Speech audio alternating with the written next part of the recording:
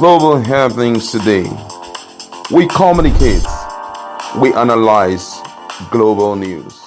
Stay tuned. Hello, beautiful people. Welcome to Global Happenings today. Some days back, the drama between Edo State government, that's the governor and his deputy, and Governor Nyesom Wike of Rivers State began. Well, hours ago, it deepened to a full-blown crisis. As we speak, it has gone haywire. A quick one, for those who do not know exactly who Obaseki is. Obaseki is one of those few people who were able to not just retire, but retire Comrade Adams Oshiomhole, ex-governor of Edo State, into from active politics and probably put him in political oblivion. Well, it looks like there's a drama that is about to unfold. In fact, it has begun already. The tension has deepened as Obaseki have fired back at Governor Nyesom Wike some hours ago. Wike actually called them out over what they have done. It looks like Obaseki is ready to dance, this drum that Governor Nyesom Wike is about to beat. Before we go to the newspaper to find out where it is heading, this is not going to end in good dimension. Obviously, one person is about to retire from active politics. The question is, who will that be? Before we go to the newspaper, I would like you to subscribe to our channel by clicking on the red subscribe button beside it.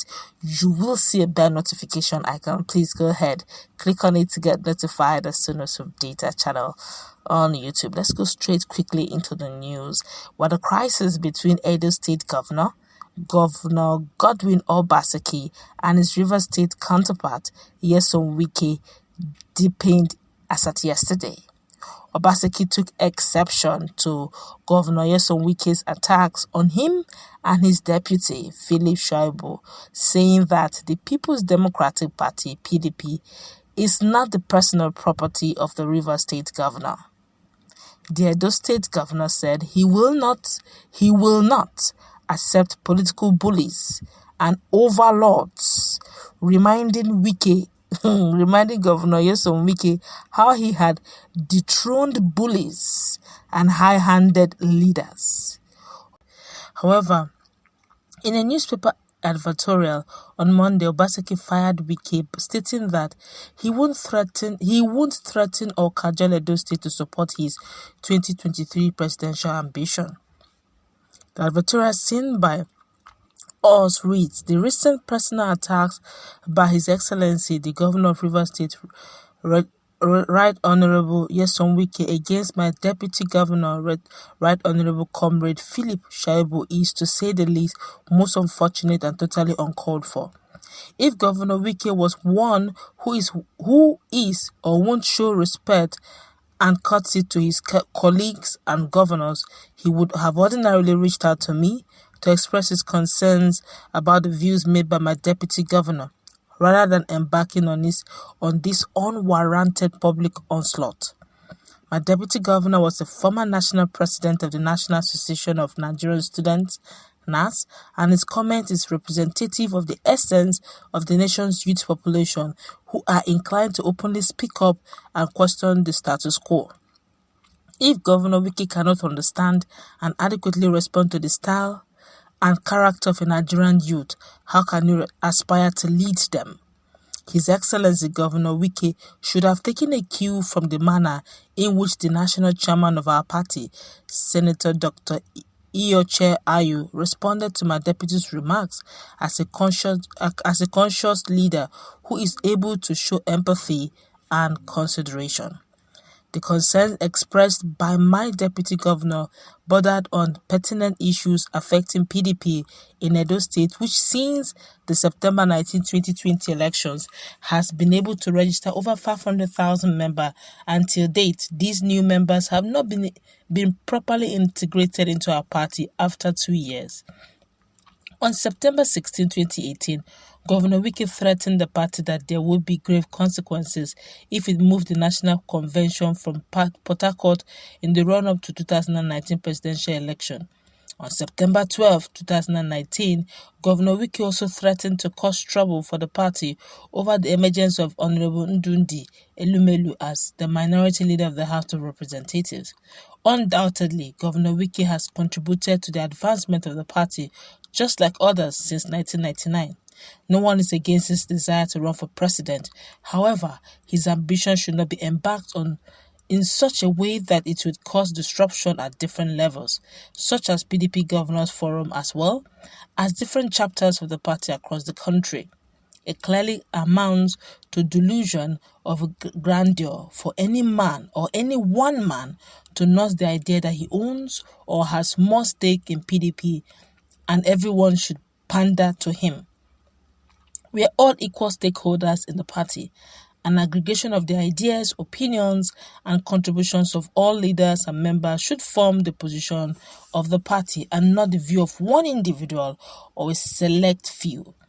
While Governor Wike is free to use his resources as he deems fit in his pursuit of his ambition, he should not attempt to cow, intimidate, cajole, and threaten others into doing his bidding. Edo State cannot and will not be procured for anyone's personal ambition. What Nigeria needs now are strong democratic institutions and not strong men. That is why we will join the great leaders of our party across the country to build PDP into a strong, large, and indomitable party that will win the next year's presidential election. Governor Wike and his collaborators, headed by Chief Dan Oboya in Edo State, will not succeed in destabilizing the PDP in Edo State, as they did in other states like Cross River, just to secure delegates to actualize his alleged personal ambition to run for presidency in 2023. In Edo, we don't accept political bullies. We don't accept overlords. And historically, we have demonstrated our capacity to unshackle ourselves and dethrone bullies and high-handed leaders. I appeal to all well-meaning Nigerians and all well-meaning leaders of our great party to call Governor Wike to order, to desist from his current unguarded and disruptive tendencies. From all indications, today, PDP is set to take over the leadership of Nigeria, provided we can rein in the self-interest of a few leaders to put the task of rescuing Nigeria above their personal ambition. Obaseki, Choi. Let us read the comment section, what people are saying. At the beginning of this whole thing, I said it that Obaseki, Governor Nyesom Wike, and Shuaibu have the same temperament type. They have, permit me to use the word, it can be a bit hot-tempered. They have a stench of choleric in them, have a whole dose of that. The likes of Nyesom Wike and even Shuaibu have heavy dose of choleric in them. Well, that of Obaseki have more of phlegmatic traits in him. They usually will not come bold to you, but if you talk to them, they will give it back to you. They have that leadership skill, but they're usually led back. But if you think that being led back is a sign of weakness, when you come against them, you will see something that will shock you. And that's the combination we are seeing here. The question is, who is going to retire who now? If this does not simmer, may divide PDP into fractions that will shock you. That's one. Two, at this rate, Obaseki should be a bit more careful with his political moves, because if he keeps jumping and keep challenging powers that be, when he will need it again, people will remind him of how he treated the likes of Oshomola himself, Adams Oshomola, and now coming down to Rivers and also, challenging the likes of PDP person, that said in the person of Governor Nyesom Wike, may not be too good for his pedigree in case he needs help. That's for one. And secondly, PDP person, I'm talking about a strong man, of course, I'm talking about Governor Nyesom Wike, should also be a bit more accommodating in some of his speeches. Some things he just let go, for peace to reign and for a party to be, united. A lot of people have been reacting. Let's just feel the pulse of Nigerians. This one here is saying, yeah, Wike is feeling as if he owns the PDP, but I don't blame him, because Wike and his co are the true sons of PDP. They did not defect even during its failure, not like Obaseki that defected a few years back. Okay, that's also true. This one here is saying, ordinary Shuaibu, deputy governor, will finish Wike well, let us see how it plays out, because the truth is that these guys are actually known for always looking for bullies to drag soldiers, drag arms with, and it's not going to end well. I cannot tell you, I can attest to that. This one here is saying, ingrate, you all can see firsthand why people no longer help people anymore. You have been told several times to leave the party if you are unhappy. Why not live in peace?